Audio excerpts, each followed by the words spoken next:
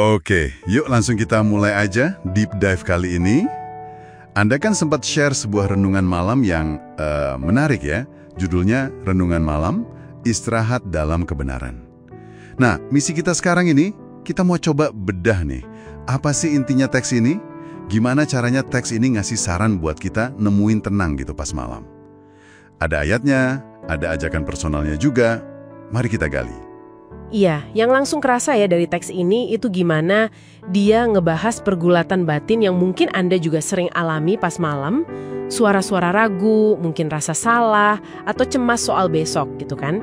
Teks ini nyebutnya kesaksian manusia.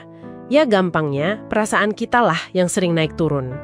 Tapi, teksnya nggak berhenti di situ aja. Dia ngasih kontras, ada alternatif lain gitu. Betul-betul. Dan fondasinya itu jelas banget dari ayat kunci yang dikutip. 1 Yohanes 5 ayat 9a. Yang bunyinya, kita menerima kesaksian manusia, tetapi kesaksian Allah lebih kuat. Ini kayak jadi jangkar argumennya ya di renungan ini. Tepat sekali, itu jadi titik tumpunya. Jadi renungan ini tuh intinya nawarin semacam teknik reframing mental yang spesifik banget buat malam hari. Dia nunjukin ada dua cerita nih yang bisa kita dengerin. Cerita perasaan kita yang labil itu, atau cerita kesaksian Allah yang katanya lebih stabil, lebih kuat.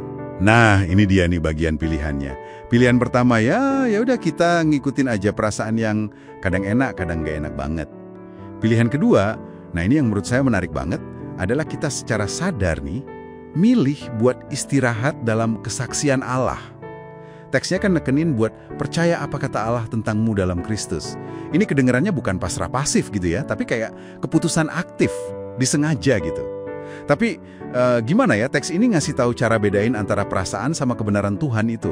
Apalagi kalau pikiran lagi rame banget. Pertanyaan bagus tuh. Teks ini emang nggak ngasih langkah detail ya cara bedainnya gimana. Tapi implikasinya itu lebih ke sumbernya. Kesaksian manusia itu kan digambarin dari dalam diri kita. Pengalaman, penilaian diri yang bisa jadi bias. Sementara kesaksian Allah ya dalam konteks ini maksudnya kebenaran firman Tuhan soal identitas kita dalam iman. Sesuatu yang dianggap dari luar, objektif, nggak goyah sama perasaan. Jadi ini bukan soal neken perasaan tapi lebih milih nyandarin ketenangan ke sumber yang diyakini lebih kokoh. Kayak disiplin mental gitulah. Oh, jadi kayak ngelatih otot fokus pikiran gitu ya. Mengarahkannya ke kebenaran yang diyakini itu, bukan ke suara-suara negatif tadi. Bisa dibilang gitu, persis. Ini soal pengalihan fokus yang disengaja. Dan ini nyambung banget ke pertanyaan reflektif yang diajuin teks itu sendiri buat Anda. Suara apa sih yang paling dominan di pikiranku sebelum tidur? Pertanyaan ini ngajak Anda buat ya bener-bener jujur lihat apa yang ada di kepala pas lagi hening malam. Suara mana yang Anda biarin paling kenceng? Oke. Jadi, setelah kita sadar suara mana yang dominan, terus kita milih secara sadar buat pindah fokus, teks ini nggak berhenti di konsep aja ya. Dia ngasih langkah praktis lagi, lewat doa. Ada pokok doa pribadi yang spesifik. Tuhan, aku milih percaya firman-Mu di atas semua perasaanku. Ini kayak cap atau segel gitu ya dari pilihan sadar tadi. Diucapin jadi komitmen. Bener banget. Doa ini fungsinya kayak afirmasi aktif dari pilihan tadi.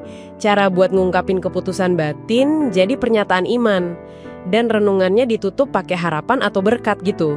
Kiranya engkau istirahat dalam damai, tahu kebenaran Tuhan menjagamu. Ini negasin hasil yang diharapkan dari proses ini. Bukan cuma tidur, tapi istirahat yang benar-benar damai. Yang dasarnya keyakinan pada kebenaran yang lebih tinggi yang ngejagain kita. Jadi, kalau kita coba rangkum nih ya, inti utamanya apa sih yang bisa Anda ambil dari renungan ini? Intinya, teks ini nawarin strategi praktis ya, buat bisa istirahat malam.